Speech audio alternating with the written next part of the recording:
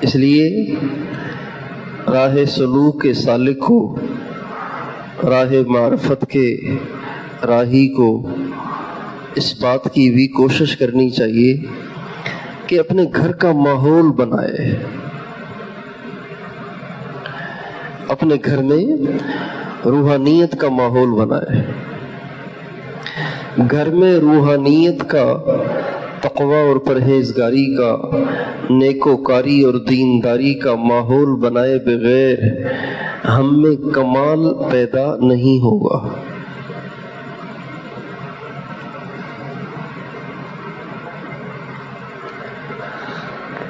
آپ حضرات، بات اتنی لمبی نہیں ہوگی، توجہ کریں گے تو انشاءاللہ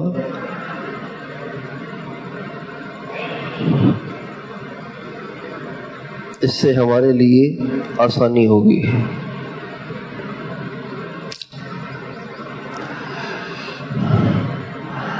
اگر گھر کا ماحول بنا ہوا نہیں ہوگا تو ہمارا چلنا مشکل ہوگا، ہمارا استقامت کے ساتھ چلنا مشکل ہوگا، اہتمام مشکل ہوگا، ہماری ترقی مشکل ہوگی اور ہماری استقامت مشکل ہوگی۔ ہم کہیں کبھی نہ کبھی چھوڑ کے بیٹھ جائیں گے اور راستے سے ہٹ جائیں گے اور گناہوں میں پڑ جائیں گے اگر ہم نے اپنے گھر کا ماحول نہ بنایا تو۔ اس لیے گھر کا ماحول بنانا ضروری ہے۔ گھر کے ماحول کو بنائے بغیر ترقی مشکل ہے۔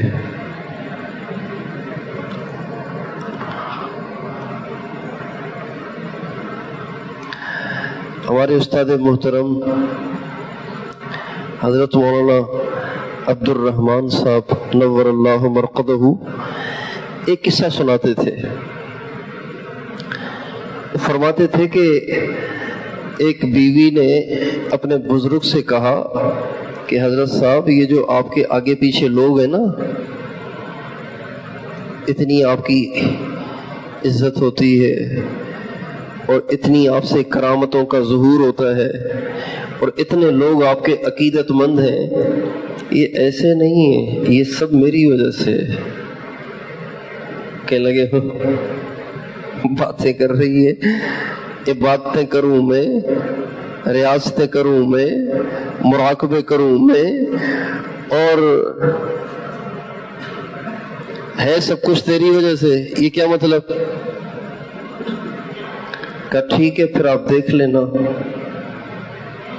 اللہ کی شان، اگلے دن بزرگ صاحب کی تہجد نکل گئی۔ کیا نکل گئی؟ تہجد فوت ہو گئی۔ ارے یہ کیا ہو گیا؟ سالہ سال سے تہجد نہیں چھوٹ رہی، آج تہجد نکل گئی۔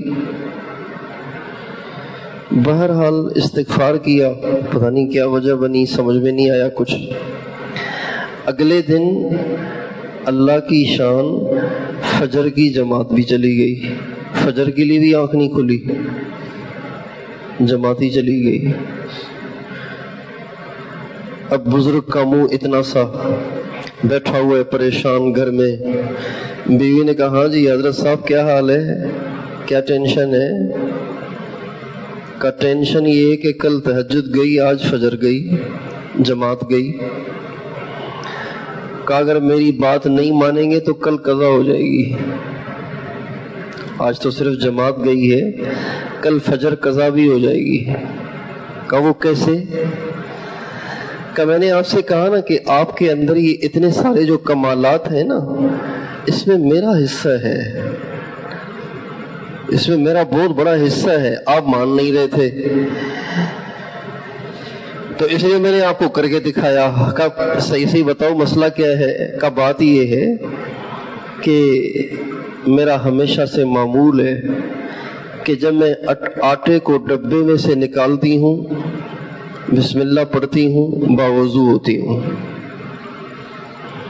پرات میں ڈالتی ہوں، بسم اللہ کے ساتھ، ذکر اللہ کے ساتھ، اس کو گونتی ہوں ذکر اللہ کے ساتھ، باوضو ہو کر روٹی پکاتی ہوں، باوضو ہو کر اللہ کے ذکر کے ساتھ سالن پکاتی ہوں، سبزی کاٹتی ہوں، سب وضو کے ساتھ، اللہ کے ذکر کے ساتھ۔ تو جو کھانا اور جو روٹی باوضو اللہ کے ذکر کے ساتھ پکایا جائے اس میں نور ہوگا، اور جو بے وضو اور غیر ساتھ پکایا جائے جو اس کو کھائے گا اس پہ بھی غفلت طاری ہوگی۔ تو پہلے تو میرا معمول یہ تھا، لیکن جب آپ نے کہا نا کہ نہیں تیری وجہ سے کیسے، یہ ساری بزرگی تو میری اپنی محنت ہے، تو اس دن سے میں نے کھانا پکانے، روٹی پکانے میں وضو بھی نہیں کیا، اللہ کے ذکر کا اہتمام بھی نہیں کیا، بسم اللہ بھی نہیں پڑھی۔ اب پڑھ کے دکھائیں تہجد۔ تو وہ بزرگ کہنے لگے بیگم بے شک میں نے مان لیا، میرے سارے کمالات آپ کی برکت سے ہیں، اگر آپ کا ساتھ نہ ہوتا تو میں اس کیفیت کے ساتھ زندگی نہ گزار سکتا، لہٰذا میں آپ سے معافی چاہتا ہوں، آپ جیسے پہلے کر رہی تھی نا اب دوبارہ ویسے ہی شروع کر دیں۔